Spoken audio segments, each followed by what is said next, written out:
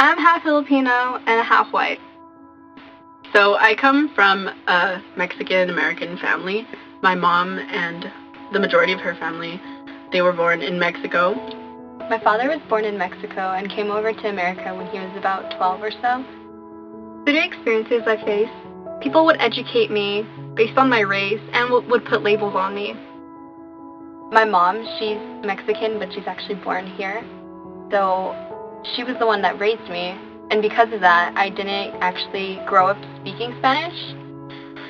A lot of times you'd think that because you're Mexican American, you experience racial discrimination from other races, but what people don't often know is that when you are someone who is light-skinned in the Mexican community or the Latino community, you're often told that you are not Mexican, or that you are not Guatemalan, or you are not who you are.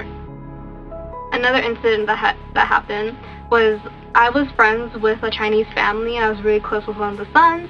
And when his mom met me for the first time, she told her son in Chinese in front of me, like, she's really pretty, but I don't like her because she doesn't look Asian enough. My friends would basically laugh behind my back and like giggle and say things in Spanish that, you know, they knew I didn't understand. So that was really hard for me. And then even worse, their parents would somehow forget that I didn't speak Spanish, and they'd come up to me speaking Spanish really fast, and I'd just be like, I'm sorry, like apologizing for their forgetfulness. Another similar incident that happened was I was with my best friend at the time, and her family's Vietnamese, and they would tell her, like, because I'm Filipino, that she shouldn't eat like a Filipino because Filipinos don't use chopsticks.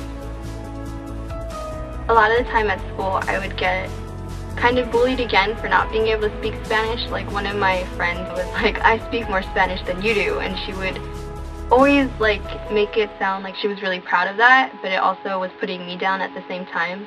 And that was really difficult. And it's really hard to identify, because you're trying to identify with, you know, your culture, but you're constantly being denied, and you're constantly being told that you aren't a part of that.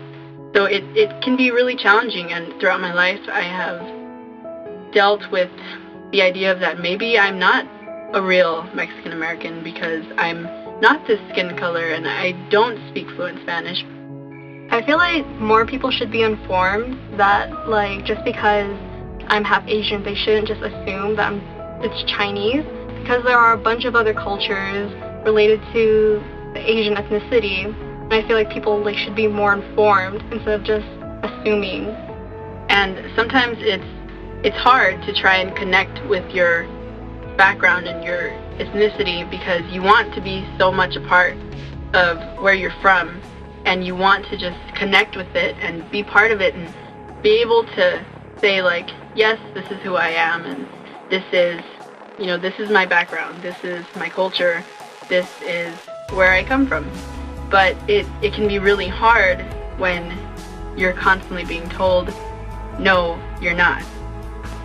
Even though I don't fit into a community, either it's white or Asian, like, I'm proud of, like, my ethnicity as being half Filipino and half white, because it makes me unique.